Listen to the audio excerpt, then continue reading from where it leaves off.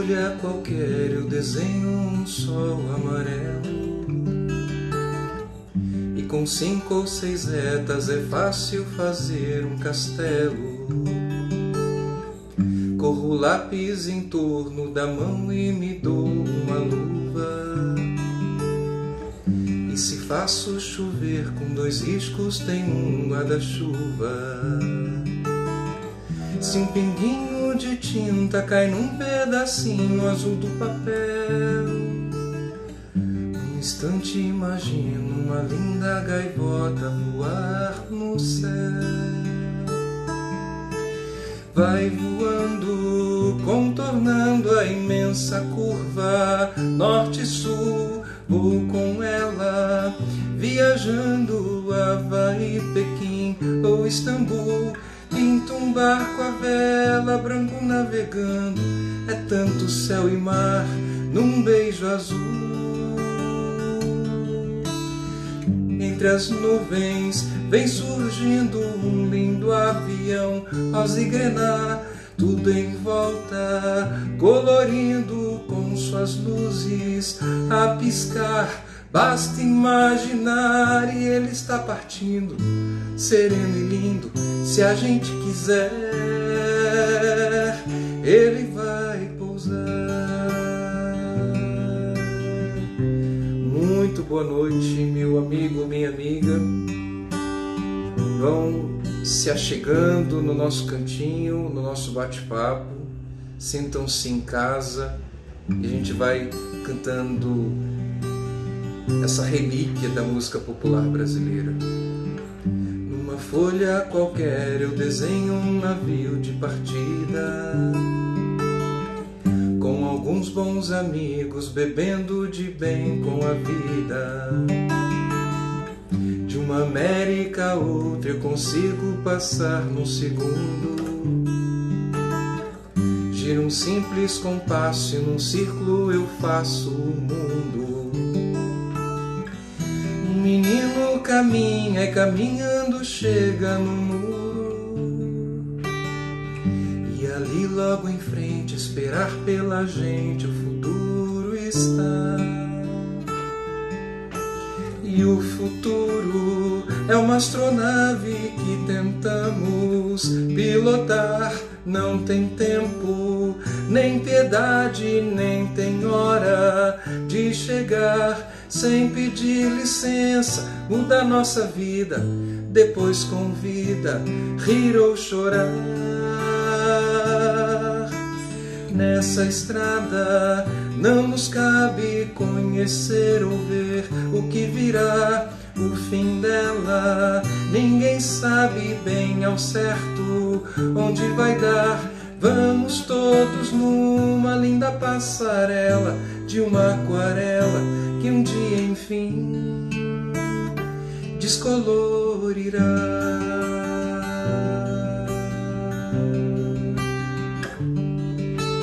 Numa folha qualquer eu desenho um sol amarelo que descolorirá, e com 5 ou 6 retas é fácil fazer um castelo que descolorirá. Gira um simples compasso e num círculo eu faço o mundo que descolorirá.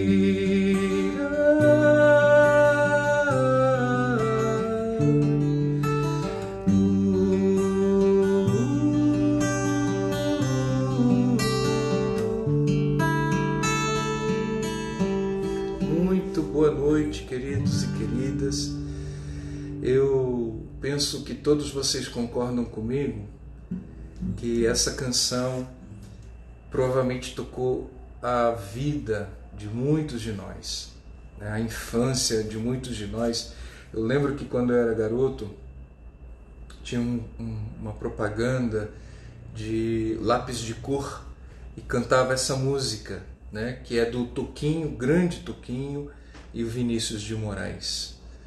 E enquanto algumas pessoas ainda estão se achegando a nós, eu queria, já que hoje nós vamos falar de ansiedade, de pânico, de futuro, e muito da ansiedade é um futuro em excesso, em demasia, eu queria cantar novamente essa segunda parte da canção. Vocês me acompanham?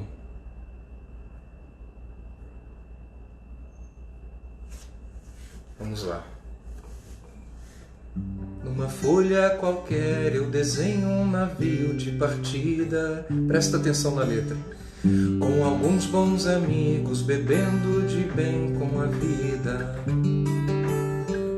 De uma América a outra eu consigo passar num segundo. Giro um simples compasso e num círculo eu faço o mundo. Um menino caminha e caminhando chega no muro. E ali logo em frente, esperar pela gente, o futuro está. E o futuro é uma astronave que tentamos pilotar. Não tem tempo, nem piedade, nem tem hora de chegar. Sem pedir licença, muda nossa vida, depois convida, rir ou chorar. Nessa estrada não nos cabe conhecer ou ver o que virá. O fim dela ninguém sabe bem ao certo onde vai dar. Vamos todos numa linda passarela de uma aquarela que um dia enfim descolorirá. Uma folha qualquer eu desenho um sol amarelo que descolorirá. E com 5 ou 6 retas é fácil fazer um castelo que descolorirá. Giro um simples compasso e num círculo eu faço um mundo que descolorirá.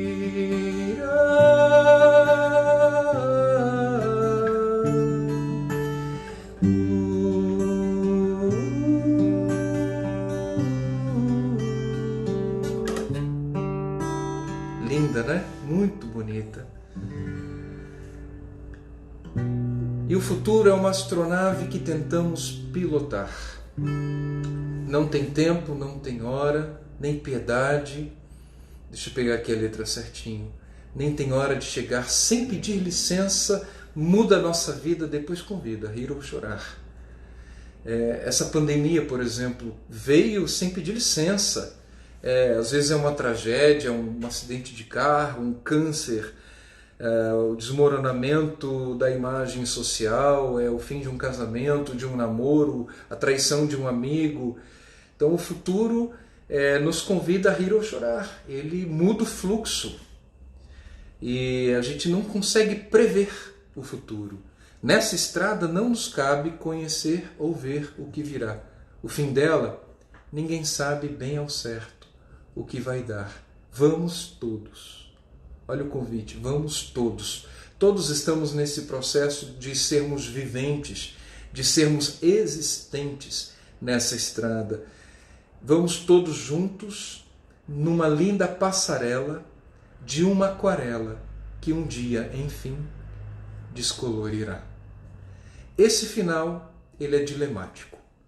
É uma rica poesia do Vinícius, do Toquinho, mas para nós que cremos numa perspectiva cristã, este final da canção está em alguns desacordos com aquilo que nós cremos. Para quem é da perspectiva cristã, ou da perspectiva de outra religião, com a sua escatologia, para nós o fim não é a descolorização da vida, do mundo, aquilo que nós acreditamos na perspectiva cristã é diferente. Tudo que tem tempo tem fim. O mundo tem fim, eu tenho fim, você terá fim. As pessoas que amamos já tiveram fim, algumas vão ter fim. Tudo tem fim, né?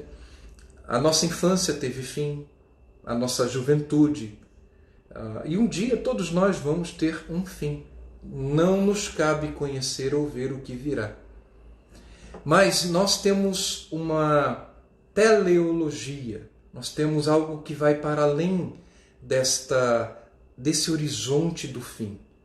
Para quem participa, como eu, de uma lente de fé, e esta lente de fé é nutrida por uma esperança que surge da ressurreição de Jesus, o final dessa música deveria ser diferente. Gira um simples compasso e num círculo eu faço um mundo que descolorirá.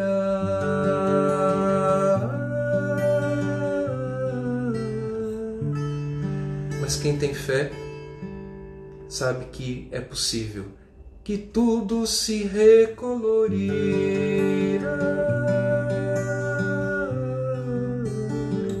Mas Jesus vai voltar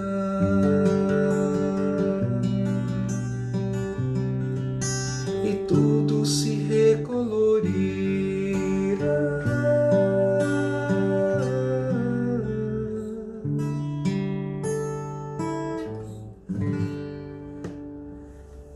Poesia, transcendência.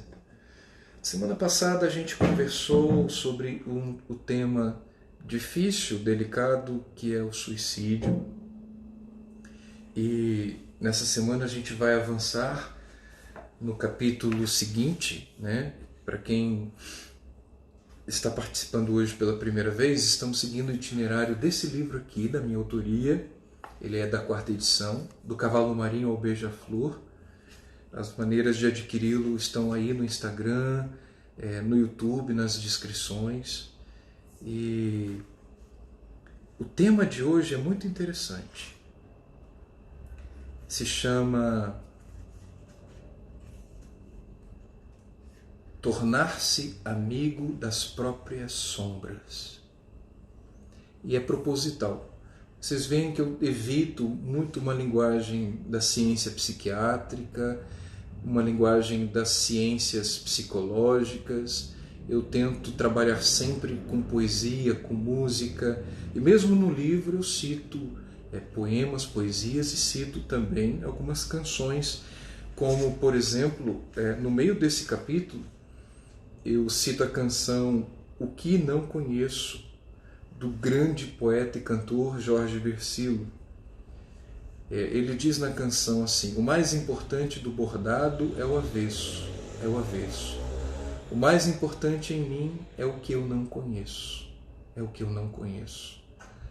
E na finalização da canção, mais adiante, ele diz assim: às vezes quando te encontro eu mesmo não me conheço, descubro novos limites, eu perco o endereço. É o segredo do ponto, é o rendado do tempo, é como me foi passado o ensinamento. Quanta coisa bonita nós temos, né, na literatura. Algumas pessoas são muito fechadas no mundo religioso e desconsideram que outros horizontes possam ter a inspiração do Espírito, a intuição divina. E uma vez eu vivenciei isso quando trabalhei uma canção do Paralamas do Sucesso numa homilia, e uma pessoa me questionou depois, num atendimento, por que eu usei uma música profana num evento religioso. E eu citei para ela até o documento da Igreja do Vaticano II, se não me engano, a Lumen Gentium, que fala da Semina Verbi, ou a Gaudium et Spes. Creio que seja Gaudium et Spes. E nesse documento fala que o Cristo é o Verbo e fragmentos do Verbo estão em todas as culturas, filosofias e outras religiões também, na vida humana, na natureza. Ou seja, e assim eu disse para ela com muito carinho, se o Cristo tem vestígios dele em todas as partes, fora do aprisco da igreja, fora do aprisco da religião, mas você não consegue ver, o problema não está em mim. O problema é de você, falta de visão, é falta de fé. Porque para mim fé é uma maneira de ver a vida.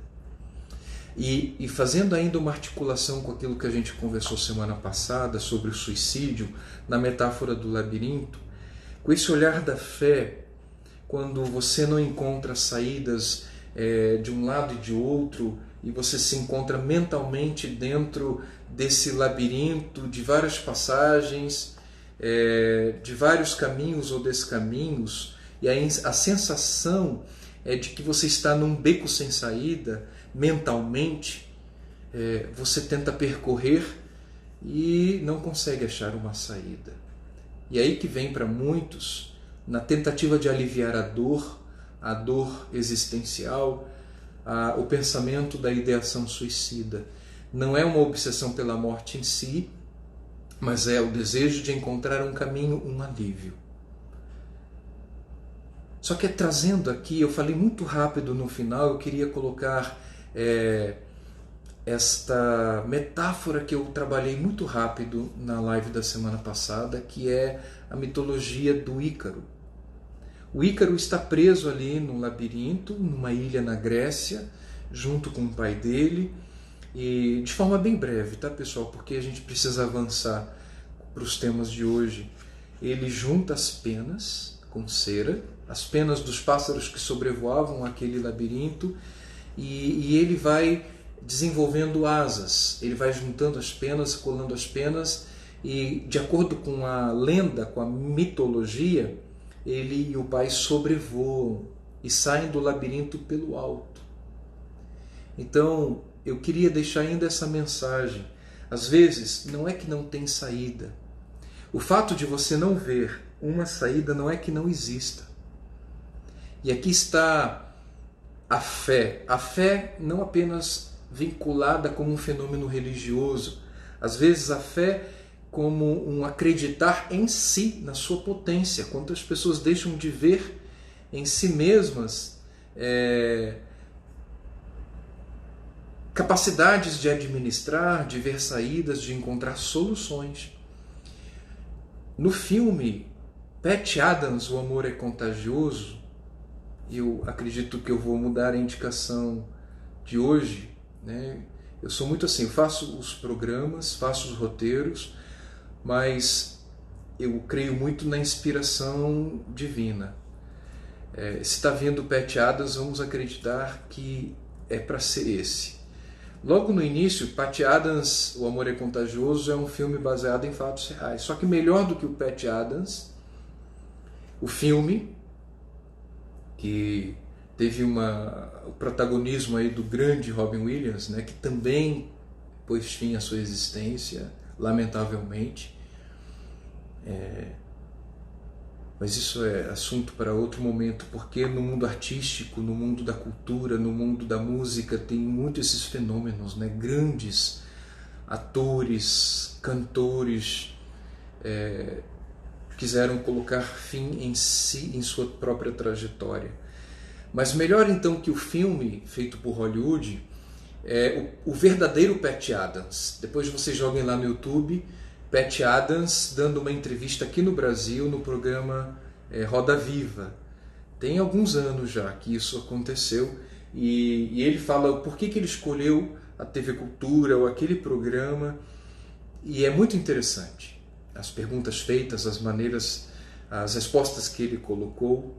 Patch Adams, O Amor é Contagioso, o filme, e o programa que Roda Viva, onde ele coloca a vida dele ali.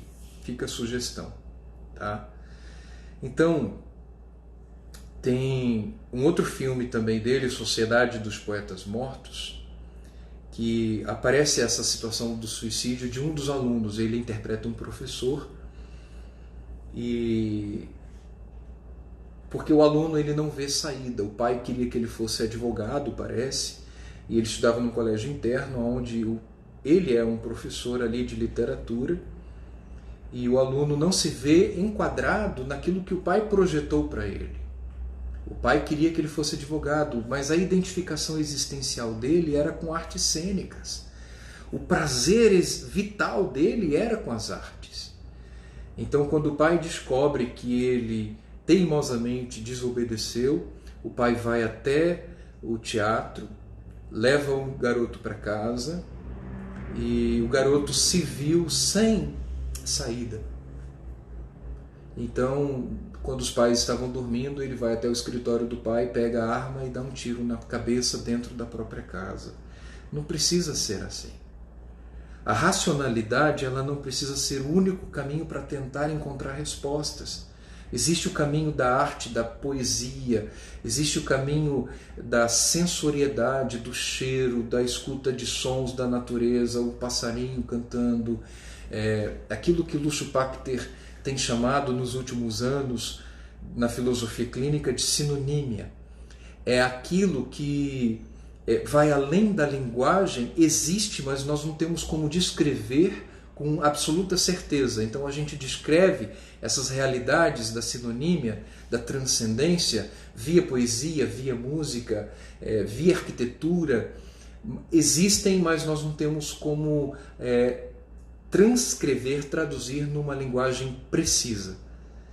E Jesus fez isso colocando esse universo em parábolas. E grandes mestres de outras religiões também usaram a metáfora, a comparação, a alegoria, a anagogia, e descreveram essas realidades da transcendência, do mistério, em poesia. Jesus foi um grande poeta. Esta simbologia traduzida em linguagem, na filosofia clínica, Lúcio Pachter chama de sinonímia. E vejam, trazendo de novo a mitologia do Ícaro, quando ele não vê saídas pelos labirintos, ele tem a intuição de ir por cima. Este sair do labirinto pelo alto, via espiritualidade, via mística, via fé, via religião. Mas esta fé pode ser não apenas via religião, mas uma fé de fenômeno humano em si próprio, na arte, na habilidade, né? E a MPB, as poesias, a literatura. No YouTube tem um vídeo muito pequeno, um curta. Vamos ver se eu encontro aqui rapidinho.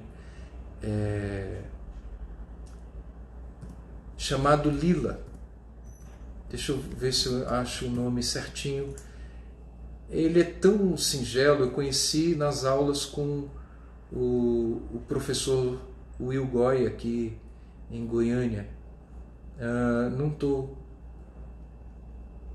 lembrando aqui o nome exato, mas eu passei por uma jovem partilhante esses dias e acredito que depois eu posto direitinho, tá? Nas redes sociais. Enfim, podemos sair do labirinto pelo alto, podemos sair por cima. Quem comunga da perspectiva cristã, o cima é o Pai. O ir por cima é a transcendência de Jesus, que no momento agudo da cruz, ele consegue olhar e ver na dor o rosto amoroso do Pai. E a última palavra de Jesus no seu momento mais agudo é exatamente Pai. Como toda live eu começo com um salmo, eu queria propor o Salmo 4 hoje. Me perdoem os amigos queridos que são ateus ou agnósticos, mas sejam bem-vindos a esta abertura com o Salmo 4, que é uma proposta, uma gotinha homeopática de mística, de espiritualidade.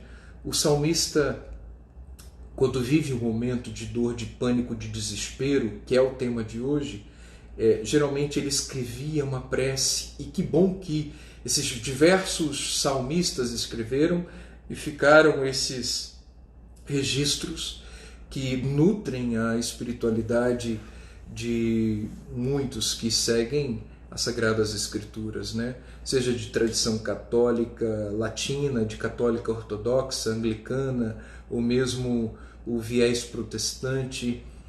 E muitos que são ateus apreciam, como cientistas da religião, ou admiradores mesmo desses fenômenos, esses textos. E o Salmo 4, ele diz assim: quando te invoco, responde-me, meu Deus justo. Na angústia tu me aliviaste. Tem piedade de mim, ouve a minha prece. Olha aí a ideia do alívio aparecendo, né? a angústia que é aliviada, é consolada por esta presença. E aí ele experiencia esse desabafo com Deus, mas faz uma queixa no 3. Ó homens, até quando tereis o coração pesado e amareis o nada e buscareis a ilusão? É uma pergunta. E a ideia do coração pesado é interessante, porque muitas vezes nós estamos assim por dentro, né? Nós estamos pesados mesmo, estamos vivendo algumas angústias que não passam, não cessam, preocupações que não acabam. E continua o salmista: sabei que o Senhor faz maravilhas para seu fiel. O Senhor ouve quando eu o invoco. É a experiência dele, e é a experiência de muitas pessoas que entendem esta presença misteriosa, invisível. E invisível aqui não significa ausente, eu não vejo, mas é presença. É como tempero na comida. Eu gosto de usar esta metáfora da cozinha. A comida sem tempero, ela é horrível, ela é ruim da gente digerir. Mas quando você tem uma comida bem temperadinha, esses dias que eu tenho a minha mãe e a minha irmã aqui, ela tem feito assim pratos fantásticos, bem temperadinhos. Quanta diferença uma comida bem temperada, diferente da comida do hospital, que não pode ter muito tempero, muito sal. E eu penso que a fé, ela é como esse tempero. A existência nossa, ela percebe a diferença de uma vida com a presença e a vida sem a presença. E o salmista que percebe esta presença, e esta presença que dá sabor. Então é um saber, a fé é um saber que traz sabor. Este sabor diz assim: sabei que o Senhor faz maravilhas para seu fiel. O Senhor ouve quando eu o invoco. Tremei e não pequeis. Eu vou pular para o versículo 7, que diz assim: muitos dizem, quem nos fará ver o bem? Então, de novo, a ideia da fé como uma lente, como uma visão. Quem nos fará ver o bem? Mais adiante a gente vai trabalhar o capítulo do olhar do garimpeiro. A fé como um jeito de ver, de um olhar. Senhor, levanta sobre nós a luz da tua face. É esse versículo que eu quero destacar. O esplendor da face amiga de Deus. Puseste em meu coração mais alegria do que quando seu trigo e seu vinho transbordam. Em paz me deito e logo adormeço. Aqui é o oposto da ansiedade ou do pânico. É o coração descansado em Deus. É o coração que sabe que não importa o que virá, como a canção que a gente usou. Sobre o futuro, como astronave que tentamos pilotar, tentamos ter o controle. Aqui no Salmo é a alma que aprendeu a descansar porque confia, porque só tu, Senhor, me fazes viver em segurança. É o final do Salmo de hoje. O que é a ansiedade? Aqui eu vou precisar atualizar algumas coisas que eu falei em lives anteriores, porque a gente confunde muito o medo, a ansiedade e o pânico, né? Então, são três coisas que a gente precisa distinguir direitinho. O medo é algo natural. E aqui eu não vou usar a palavra normal, porque a palavra normal, ela de algum modo é perigosa, certo? Normal vem de norma, normatização. Quem que normatiza? É um enquadramento, é uma tipologia. Então, e é uma tipologia ligada ao poder. Quem é que... Pessoal, acabei de achar o nome do curta que eu citei antes. É Lila, a short film by Carlos Lascano. Então anotem aí, ele tem alguns minutinhos só, creio que uns 7 minutinhos. Lila, a short film by Carlos Lascano.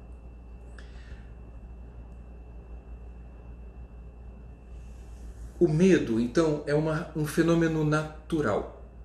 né? Você vai visitar uma pessoa querida e aí ao abrir o portão vem um cachorro latindo na sua direção. Você sente medo. Você vai atravessar uma rua na cidade agitada e um carro vem na sua direção. Você sente medo.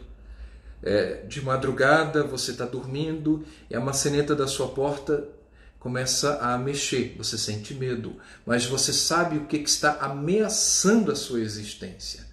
Então há no nosso instinto essa dinâmica da fuga e da luta e da fuga. Desde os homens da caverna nós somos assim, tá? É um medo. Você sabe o que é ameaça. Já a ansiedade não. Você está numa sala de aula, numa missa, num culto, você está estudando ou passeando e de repente você começa a sentir medo, mas não sabe de onde ele veio. Então, uma vez assistindo uma palestra de uma psicóloga, ela disse que uma criança descreveu essa experiência para ela num desenho e ela fez um monstro e ela chamou aquele monstro de medo do medo. Então a ansiedade é isso. A cabeça parece uma tempestade de ideias, é uma mandala em movimento constante. E ela se alimenta de antecipação de futuro, por isso que ela é pré. Ela é uma antecipação. Então pré, e como ela se ocupa com antecedência, ela é uma preocupação em excesso. Esta excessividade é a característica da ansiedade. Então é um medo em excesso. Por exemplo, você está trabalhando, está tudo indo bem no trabalho e de repente começa a vir ideia, será que eu vou ser demitido? Né? Ou eu atendi uma senhora em Feira de Santana uma vez com essas características. Vejam só, o esposo, ele saía do trabalho, ela sabia os horários do trabalho, de ida, de vinda, e ele saía do trabalho, passava no colégio, pegava os filhos e voltava para casa.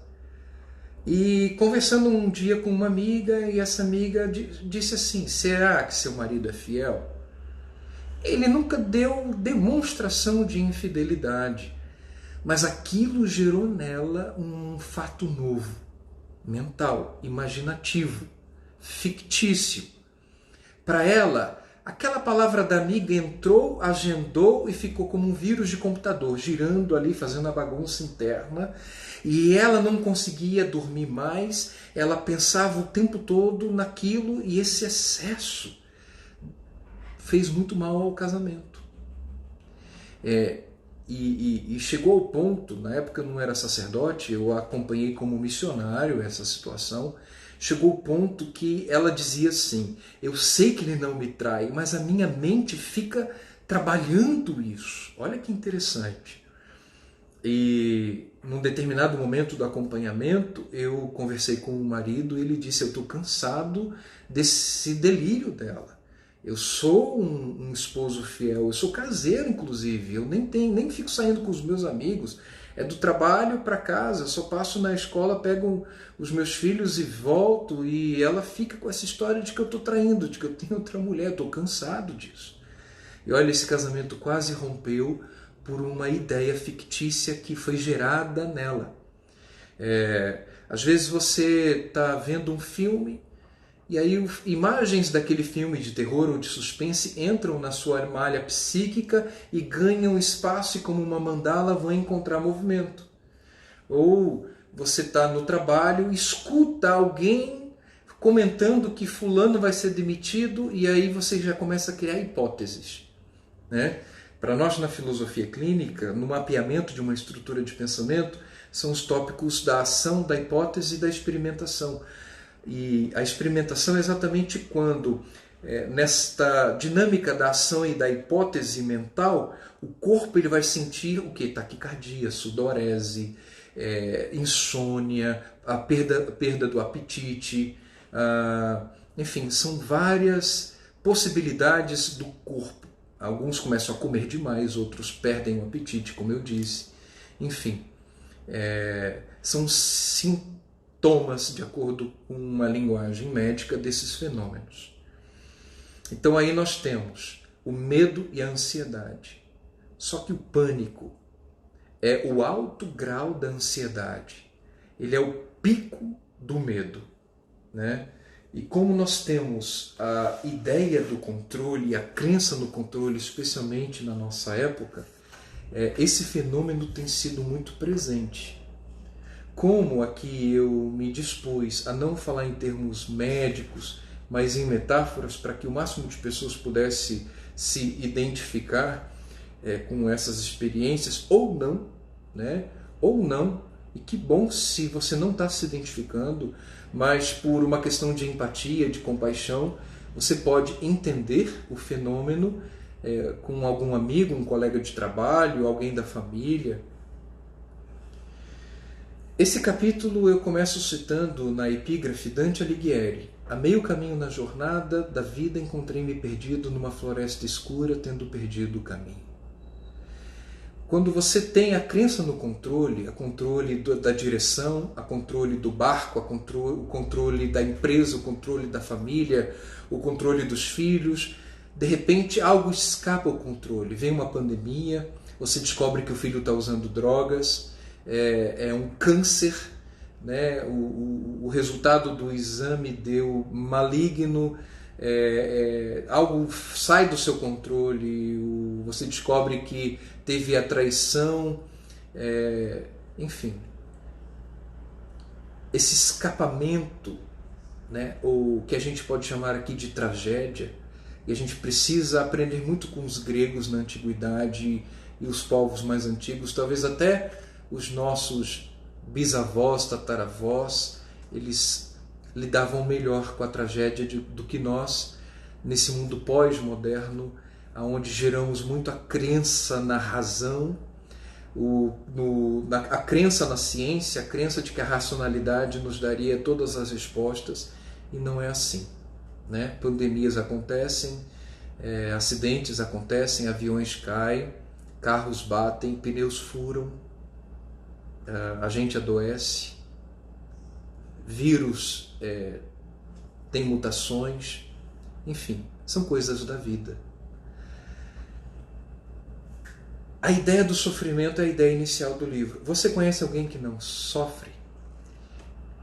Para brincar um pouquinho, todas as pessoas que não sofrem estão no mesmo lugar, no cemitério.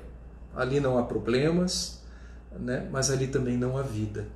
Aonde tem vida tem a característica da dor, do sofrimento, mas também da alegria, da gargalhada. Esta combinação, né, de dor, de alegria, de frustração, de esperança, é a vida humana. É a vida real, não ideal, mas real. E essa distância do ideal para o real é o caminho, é o cálculo que a gente pode fazer da frustração. É bom ter dúvidas? É bom ter dúvidas. E muita gente acha que a fé tem como oposto, como seu contrário, a dúvida. Não é verdade. O contrário da fé não é a dúvida.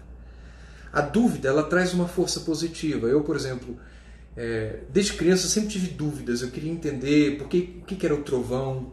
Eu queria entender como é que a televisão funcionava, de onde vinha aquelas pessoas, ou quando o disco, né, na minha infância era o LP ainda, o disco de vinil, como é que aquilo produzia sons. E eu fui chegando na adolescência com questões mais filosóficas, e o meu contato com a espiritualidade cristã trouxe paz, porque respondeu a muitas daquelas questões. Mas eu sempre tive uma alma filosófica. A dúvida me fez caminhar, a dúvida me fez avançar. Então, a dúvida em si, ela faz a gente ir atrás da verdade, das respostas. A dúvida gerou o caminho do mito, o caminho da religião, o caminho da ciência, o caminho da filosofia. Então é bom ter dúvidas. Agora, o contrário da fé é outra coisa, é o medo. O oposto da fé, então, não é a dúvida, é o medo. E o medo é uma desgraça. É por isso que dizem que 365 vezes na Bíblia, de Gênesis ao Apocalipse, o versículo mais repetido é: não tenhas medo, eu estou contigo. Há quem tenha contado, eu já li a Bíblia inteira várias vezes ao longo desses 26 anos de caminhada, de jornada no cristianismo, e eu nunca contei, mas realmente se repete muitas vezes. inclusive nos evangelhos. É como se a desconfiança, o medo, fosse um desagrado a Deus. E Jesus, em muitos momentos, ele adverte os discípulos sobre o medo. Por que vocês têm medo? Vocês não têm fé? Por que vocês não confiam em mim na tempestade? Eu estou aqui. Enfim, então aqui a gente tem uma polarização. De um lado, a fé, a confiança. Do outro lado, o medo, a desconfiança. Podemos até fazer uma ponte com a desconfiança de Adão e Eva no paraíso, quando a serpente mente dizendo, não, essa fruta não vai fazer vocês morrerem, vai fazer vocês serem deuses. Né? Inclusive, esta crença na mentira gerou uma dúvida, uma desconfiança da imagem de Deus. Deus passou a ser alguém que me engana, não é mais o pai querido. Né? O pai ou a mãe. Né? Em Deus, a dimensão paterna e materna estão unidas. Passa a ser alguém com desconfiança. Quando Jesus vem, ele inaugura esta restauração da confiança em Deus. Então, a dúvida em si, percebem, pessoal? A dúvida, humanamente falando, ela é uma força positiva. Ela nos faz trilhar no caminho em busca de respostas. O oposto disso que nos prejudica é a desconfiança. E tem não apenas a desconfiança em Deus, a desconfiança da ciência, a desconfiança dos políticos, a desconfiança dos amigos. Você começa a desconfiar de tudo. Isso vai te fazendo um mal. Você vai desconfiando daquilo, mas isso é uma falácia, é uma equivocidade, porque quando você entra num ônibus, você confia que o motorista vai te levar ao destino. Você entra no avião, você confia que o piloto vai te levar ao destino. Quando você vai na casa da sua mãe, ela preparou uma galinhada ou um churrasco, você não vai colocar aquela comida no laboratório, você confia que ali tem uma comida que não vai te fazer mal. O tempo todo a gente está confiando. Tem muito mais confiança e fé na nossa vida do que certezas. Nós temos pouquíssimas certezas ou quase nenhuma. O mais difícil para mim na depressão foi começar a sentir esse medo inesperado. Um medo que vem de algum lugar que a gente não sabe de onde vem. Inicialmente a ansiedade. Eu comecei a ter a pressão alta. Em lives anteriores eu falei para vocês. O meu corpo começou a dar sinais. O primeiro sinal foi da pressão alterada. Eu passei a ser um hipertenso. Passei a tomar losartana potássica e por um ano e meio ou 2 anos eu usei a losartana potássica como hipertenso. Depois foi vindo o pânico. O pânico ele foi dando sinais aqui e ali. Em muitos casos a depressão vem acompanhada pela síndrome do pânico, mas não é sempre. O DSM-5, que é o Manual Psiquiátrico Internacional, ele define o ataque do pânico como um período de intenso medo, desconforto. É um pavor que você não tem mensuração, você não tem controle, no qual 4 ou mais dos seguintes sintomas se desenvolvem. Geralmente as pessoas com transtorno do pânico sentem falta de ar, vertigem, sentimentos de instabilidade ou sensação de desmaio, palpitações ou ritmo cardíaco acelerado, tremor, suor excessivo, sensação de sufocamento, náuseas ou desconforto abdominal, despersonalização ou desrealização, sensação de anestesia ou formigamento. Alguns acham que estão tendo AVC e não é AVC, é um ataque, é uma ansiedade, é uma crise de ansiedade ou de pânico. Ondas de calor ou frio, dor ou desconforto no peito, medo de morrer, de enlouquecer, ou cometer um ato descontrolado. Todos esses sintomas estão na página 34 do livro. Eu queria só ressaltar aqui o medo de enlouquecer, que eu tenho visto com muitas repetições nas minhas escutas. Quando você diz assim, eu tenho medo de enlouquecer, fique tranquilo. O medo de enlouquecer já é o sinal de que você não vai enlouquecer.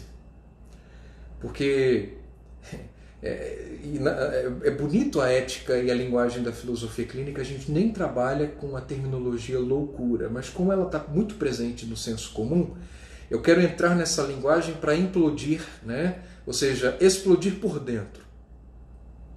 Se você acha que vai enlouquecer, é porque você não vai enlouquecer. Porque se você fosse enlouquecer, você nem estaria pensando que iria enlouquecer. Então, descansa o teu coração sobre isso. A minha experiência com pânico era os momentos mais difíceis, porque às vezes eu estava conduzindo uma reunião, uma celebração eucarística, e em muitos momentos bastava eu olhar para o Lenício, hoje ele é padre lá em Palmas, no Tocantins, e ele era missionário com a gente na comunidade dos Companheiros de Jesus. Bastava olhar para ele e ele, como seminarista, ele prosseguia de onde eu tinha parado. Assim, eu tenho muita gratidão ao Lenício e a tantos missionários que viveram comigo e me ampararam nesses momentos difíceis, paroquianos de Palmas, gente muito querida que eu tenho e aproveito para manifestar novamente a gratidão. No livro, em muitos momentos eu falo de gratidão, mas eu aproveito.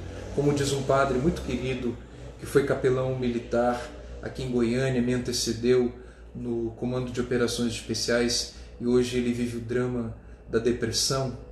Ele foi reformado com a depressão. Ele costumava dizer: querido Padre Antônio, a gratidão é a memória do coração. Pessoal, a sensação do pânico, para mim, na minha experiência, foi mais ou menos assim. Uma vez na infância, aqui é uma comparação, não é que eu tive pânico na infância. A experiência que emerge na minha memória é a seguinte. Uma vez eu fui na praia com os meus pais e eu estava brincando ali, era uma praia no Rio de Janeiro, e eu fui derrubado por uma onda forte, num mergulho que eu dei no mar, e a pressão vinha de todos os lados, imagina. Então você perde totalmente o controle, você não tem o controle da situação, é a onda forte, aqueles movimentos que estão levando você, ou te sugando para dentro, ou te expulsando para a praia. Eu estava sendo puxado pela onda, não tinha direção, não tinha controle. A incapacidade de respirar, de ter perdido totalmente a administração da situação, me deixaram ali em alguns segundos desesperado. A impressão, a sensação de que a vida acabou. Não sabia se eu sairia vivo daquela forte corrente marítima. No pânico é assim. Vem correntezas de todos os lados, só que tudo isso é interno, é na malha psíquica. Alguns sofrimentos da alma são como a experiência dos sobreviventes de um terremoto. Aqui eu estou usando alegorias para comparar o fenômeno, especialmente tentando conversar com quem nunca passou por isso, tá? Não sei se você já passou por um terremoto ou pelo desabamento de um prédio, de uma casa. Aqui no Brasil, nas regiões onde chove muito no mês de janeiro, no período do verão, são realidades. Minas Gerais, Espírito Santo, Rio de Janeiro, São Paulo. A vida cria contextos que nossas maiores certezas são trincadas. Então, sentimos-nos presos nos escombros do nosso próprio mundo interior. Como se toneladas de pesos em cima de nós, nos falta ar, a escuridão é intensa, há uma profundidade grande em cima de nós e a incerteza, vamos ou não vamos sair desta situação? Quem sofre ou já sofreu de pânico vai concordar comigo. Quando começamos a sentir os sintomas, o que você mais pergunta é: tem cura? E psiquiatras, psicólogos, até onde eu já pesquisei, sim, tem como controlar, tem medicações para isso, tem terapias, psicoterapias, tem uma diversidade de possibilidades de ajuda, e se você precisa disso, você precisa procurar um profissional de saúde, um terapeuta que possa te ajudar. O problema pode se agravar quando você vai percebendo os sinais e não procura ajuda, seja de depressão, seja de pânico, seja de ansiedade, ou um medo que se repete. Às vezes você ficou preso no elevador e aí toda vez que entra no elevador você sente aquela mesma sensação e acha que aquilo vai se repetir.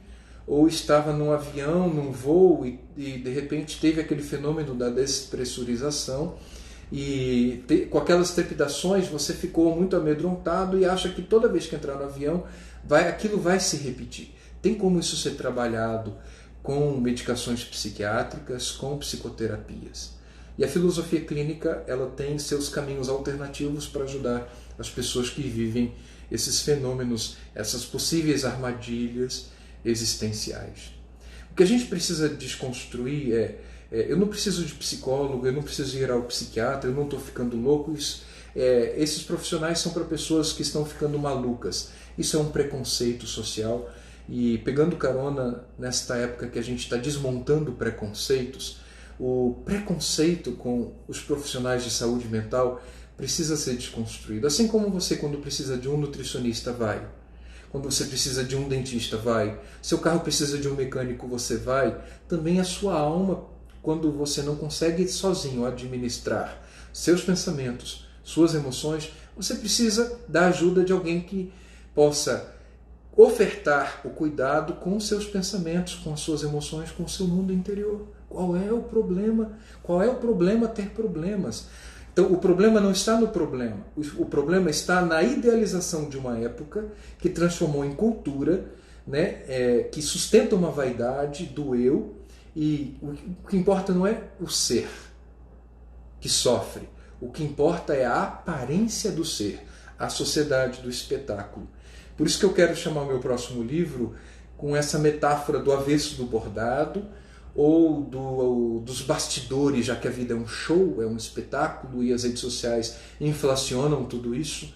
Então, quais são os bastidores que você tem medo de partilhar com um amigo, com um terapeuta? Se tem alguém que se especializou para acompanhar o drama humano, os movimentos da estrutura de pensamento, qual é o problema pedir ajuda para pessoas que ofertam esse tipo de cuidado? E eu finalizo aqui trazendo de novo essa ideia do Jorge Versilo, né, que é muito bonito. Eu não tive tempo hábil para tirar essa música no violão, quem sabe mais à frente, mas depois vocês procuram o que eu não conheço do Jorge Versilo.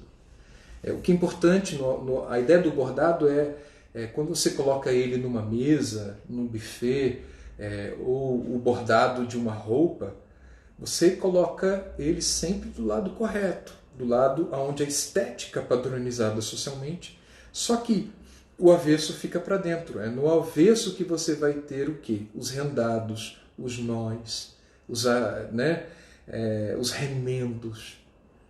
E às vezes esse avesso não temos acesso, não damos acesso às pessoas. Aprender a conversar com esses dramas, com esses avessos é o caminho. Eu tive uma intuição na minha depressão, e aqui eu postei no livro o seguinte. Carl Jung dizia que até você tornar consciente, o inconsciente vai dirigir sua vida, e você vai chamar isso de destino. A filosofia clínica ela não universalizaria essa teoria, mas podem haver coincidências. Quando você deixa os seus impulsos, quando você deixa as suas emoções, o seu medo te dominar, isso vai ser o seu destino. Então, nessas coincidências, em alguns fenômenos de alguma singularidade, sim, o Jung pode estar muito correto. E eu tive a intuição de colocar aqui aquilo que eu aprendi do grande Sun Tzu, a suprema arte da guerra. A arte de derrotar um inimigo sem lutar. Que interessante. E eu já encontrei na religião esse ensinamento. Eu vivi por alguns anos, mas eu me afastei dessa proposta de luta, de combate, de você com você mesmo. Você tem que se violentar. Essa ideia estoica de você contra você mesmo, de autodomínio. Que tal um outro caminho? Ao invés de você estar num combate, numa violência profunda, né? De dizer sempre não a si, não aos seus desejos, não à sua imaginação, não ao medo. Que tal você, ao invés de se ter como inimigo, você passar a ser amigo de você mesmo? Aquilo que a teologia diz, o que não é assumido não é redimido. Né? Que tal o caminho de você se tornar amigo de si próprio? Né? Se você não pode derrotar o seu inimigo, se una ao seu inimigo. Né? É a arte da guerra.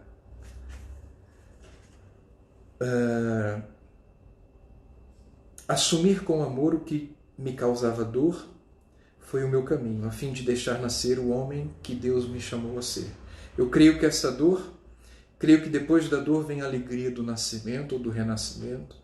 Benditas dores que vão fazer nascer a pessoa que você pode se tornar. Que bom! Eu acredito que cumprimos hoje a nossa mensagem e fica essa ideia. Ao invés de você ser alguém que luta com você mesmo, passa a ser seu próprio amigo. Se chame para conversar. Vou colocar o meu nome aqui, mas você coloque o seu aí. Cadu, por que você está assim? De onde veio essa raiva? De onde vem esse medo? Medo. Quem é você? Por que você está aqui agora? Por que eu estou com insônia? Por que eu não consigo dormir? O que é isso que está me embrulhando o estômago? Vamos conversar. Ao invés de você ir para a violência. E Jesus, ele ampara esse caminho da amizade. Você ser seu primeiro amigo. Ou quem sabe o seu melhor amigo.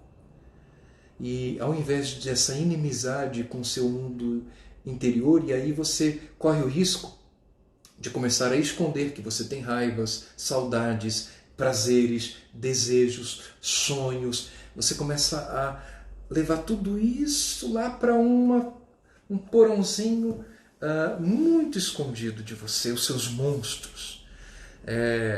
A ideia que o texto do padre Ednei, meu querido amigo lá de Palmas, eu cito nesse capítulo. Quem tem o livro pode ler esse livro.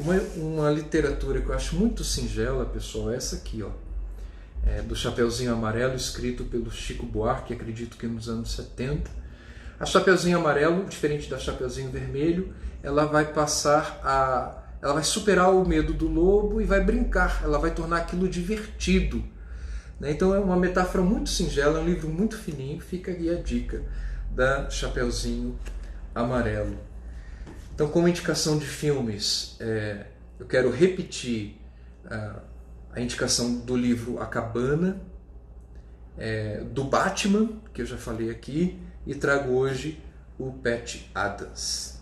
Como duas comédias que eu acho que eu só tenho passado filmes baseados em fatos reais ou dramas, eu quero trazer Dumpling, um filme muito engraçado, tem na plataforma Netflix, e Crush à Altura.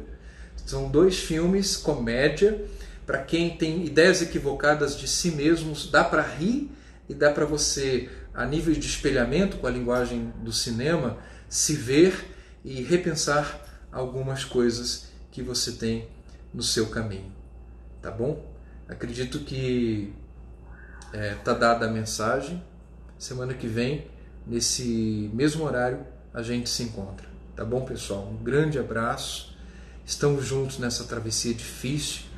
E a oferta da amizade, a oferta do cuidado, mesmo via conexão, mesmo via internet, mas temos uma comunhão entre nós.